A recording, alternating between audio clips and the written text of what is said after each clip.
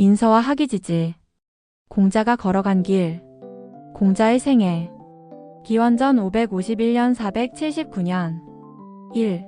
출생과 성장 배경 기원전 551년 535년 공자는 기원전 551년 중국 춘추시대 노나라의 창평양 추편제의 산동성 곡부시에서 태어났다. 본명은 공구자는 중리이다.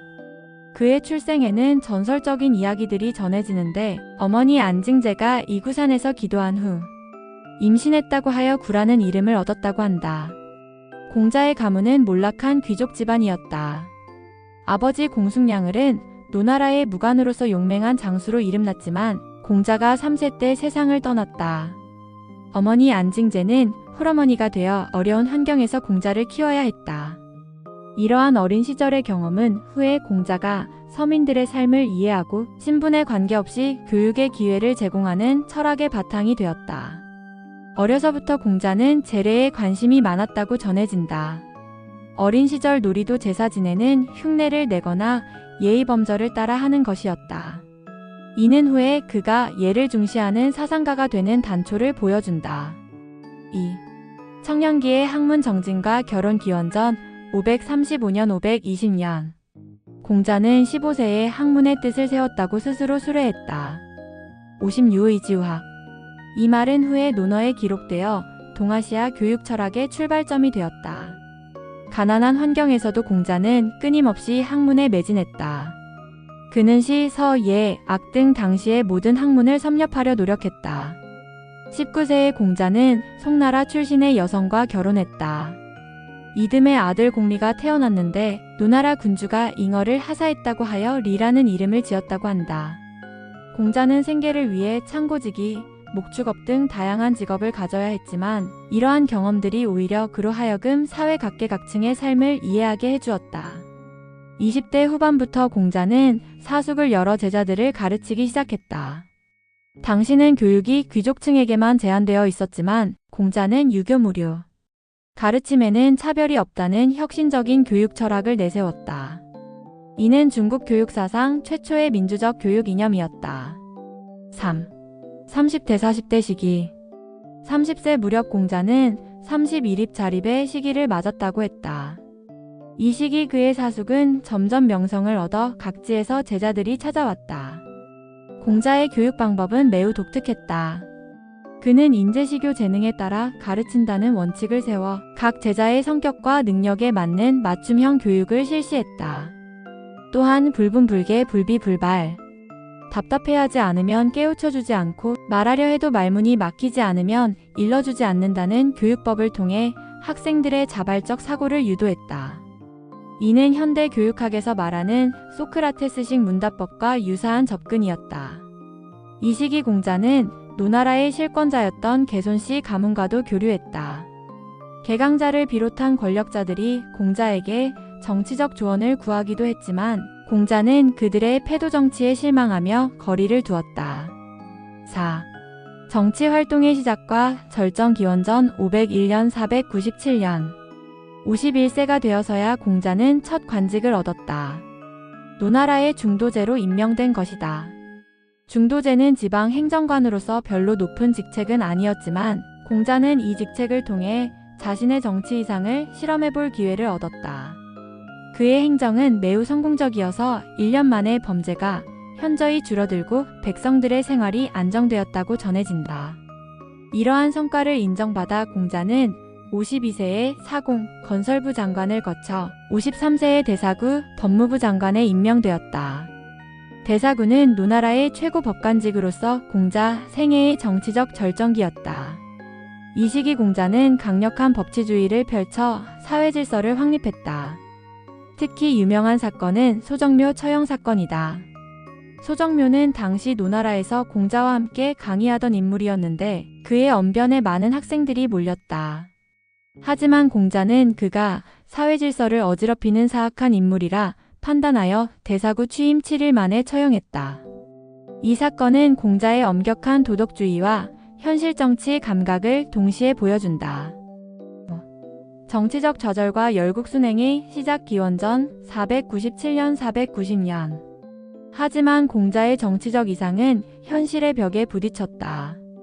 노나라의 실권은 여전히 사만 개손씨, 맹손씨, 숙손씨 세 가문이 쥐고 있었고 그들은 공자의 개혁 정책에 반대했다. 결정적 사건은 제나라에서 보낸 미녀들과 준마들을 노나라, 군주와 개손씨가 받아들인 것이었다. 공자는 이를 예에 어긋나는 행동으로 보고 55세에 관직을 사퇴했다. 공자는 자신의 정치 이상을 실현할 수 있는 명군을 찾아 열국순행을 시작했다. 이는 그의 생애에서 가장 힘든 14년간의 여정이었다. 먼저 위나라로 갔지만 위나라 군주 위영공은 공자의 재능은 인정하면서도 그의 정치 사상은 받아들이지 않았다.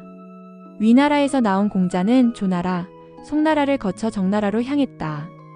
정나라에서는 자신을 상가지구 마이너스 집 70개에 비유당하는 모욕도 당했지만 공자는 오히려 이를 담담히 받아들였다. 이러한 경험들은 그의 인격을 더욱 완성시켰다. 6. 진체지획과 실현의 극복 기원전 489년 484년 열국순행 중 가장 유명한 사건은 진체지획이다. 공자 일행이 진나라에서 채나라로 가던 중 두 나라 사이에서 7일간 갇혀 굶주리는 시련을 겪었다. 제자들은 굶주림과 절망에 빠졌지만 공자는 여전히 검은고를 타며 시를 읽었다고 한다. 이때 제자 자로가 군자도 이런 공궁을 당하는가? 라고 묻자 공자는 군자는 공궁에도 절조를 지키지만 소인은 공궁하면 무엇이든 한다고 답했다.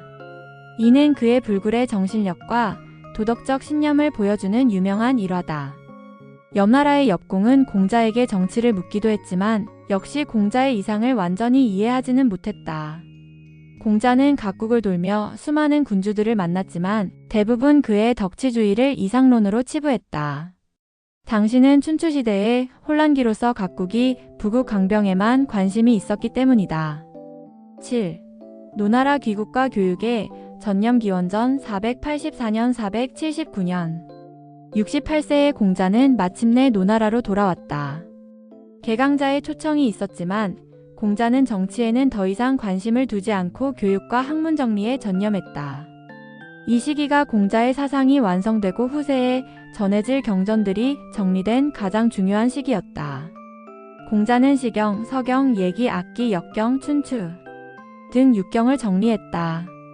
특히 춘추는 공자가 직접 편찬한 역사서로서 노나라의 역사를 통해 자신의 정치 철학을 표현했다. 춘추대의라는 말이 나올 정도로 이 책은 유교 정치 사상의 근본이 되었다. 70세의 공자는 72종심소욕 불유구 마음이 하고자 하는 바를 따라도 법도를 넘지 않는다고 했다.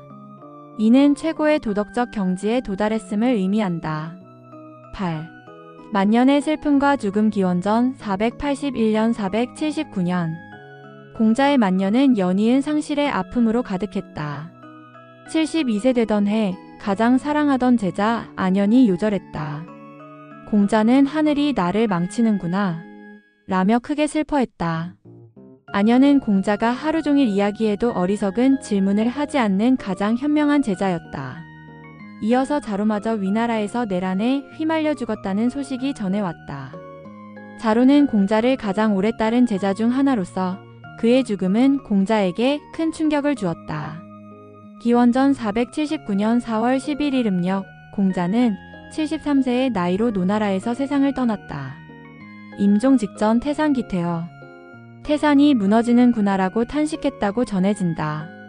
이는 자신의 죽음을 예감한 말로 해석된다. 9. 사후의 영향과 의미 공자가 죽은 후 제자들은 3년상을 치렀고 특히 자공은 6년간 묘를 지켰다. 공자의 사상은 제자들에 의해 논어로 정리되어 후세에 전해졌다. 공자는 생전에 3,000명의 제자를 가르쳤으며 그중 72명이 특별히 뛰어난 현인이었다고 전해진다. 이들은 각지로 흩어져 공자의 가르침을 전파했고 이것이 유교 문화 확산의 시초가 되었다. 공자의 핵심 사상인인 예, 의, 지, 시는 2500년이 지난 지금도 동아시아 문화의 근간을 이루고 있다. 특히 교육에 대한 그의 철학, 유교무류, 인재시교, 학위시습지 등은 현대 교육학에도 큰 영향을 미치고 있다. 공자는 단순한 사상가가 아니라 인류 최초의 직업적 교육자였으며 그의 교육 철학과 정치 사상은 오늘날에도 여전히 유효한 가치를 지니고 있다.